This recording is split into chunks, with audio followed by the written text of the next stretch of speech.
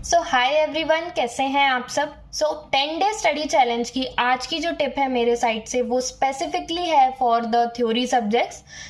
Theory subjects में students को एक बहुत ही कॉमन प्रॉब्लम फेस होती है, बहुत मेजोरिटी ऑफ स्टूडेंट्स को ये प्रॉब्लम फेस होती है कि they are writing it correct, the meaning of answer is correct, जो वो बोलना चाहते हैं आंसर में उसका मतलब एट द एंड करेक्ट होता है, बट 50% मार्क्स हर आंसर में ऐसे डिडक्ट हो जाते हैं and they don't know the reason कि हमारे मार्क्स इतने डिडक्ट क्यों हो रहे हैं। थ्योरी में स्टूडेंट्स फिगर आउट नहीं कर पाते कि हमारे मार्क्स क्यों डिडक्ट हो रहे हैं।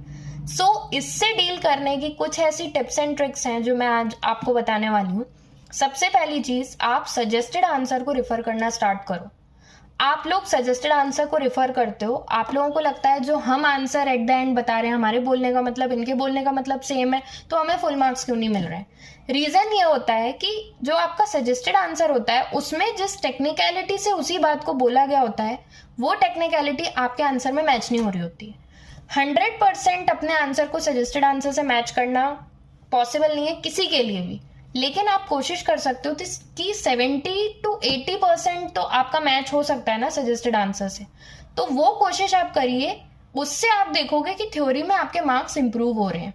किस तरीके के टेक्निकल लैंग्वेज, किस तरीके के टेक्निकल सेंटेंस, क्या टेक्निकल वर्ड्स उन्होंने यूज करे हैं वही बात बोलने के लिए जो आप बोल रहे हो, तो उससे आप देखोगे कि क्योंकि आप सीए के एग्जाम्स लिख रहे हो, ये प्रोफेशनल एग्जाम्स हैं, तो एग्जामिनर भी चाहते हैं कि आप एक प्रोफेशनल वे में उसी बात को बोलो। अगर आप सिंपल वे में बोलोगे तो आपके मार्क्स उसमें डिडक्ट होंगे। अनदर थिंग इज कि जैसे लॉ जो है, लॉ में प्रोविजन, एनालिसिस, कंक्लूजन, ये तीन चीजें बाइफरकेट करके लिखना बहुत जरूरी है। कई बार एनालिसिस और कंक्लूजन मिक्स कर देते हैं लोग और उसकी वजह से एग्जामिनर को उसमें स्टेप मार्किंग देना बहुत मुश्किल हो जाता है, उसकी वजह से डायरेक्ट आपके मार्क्स डिडक्ट होते हैं। तो प्लीज आप ये मत करिए, it should be separated, it should look different. समझ आना चाहिए कि ये प्रोविजन है, ये एनालिसिस है, कंक्लूजन है। कीवर्ड्स आप लोग हाईलाइट करना स्टार्ट करो। Writing practice is very necessary.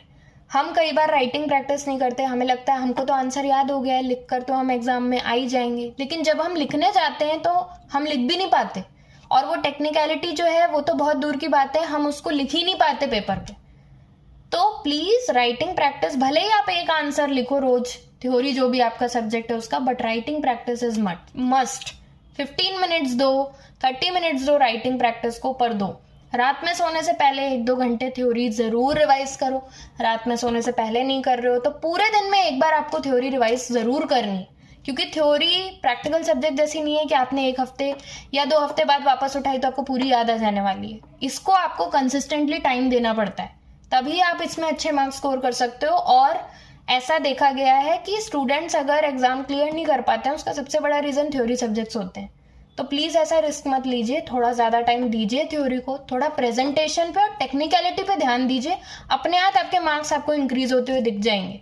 Right it neatly, have the writing practice, proper writing practice, presentation adequate, और प्रेजेंटेशन का मतलब है सजेस्टेड आंसर जैसे आपके आंसर होने चाहिए।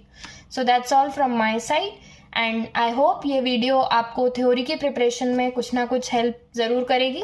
Thank you and all the best.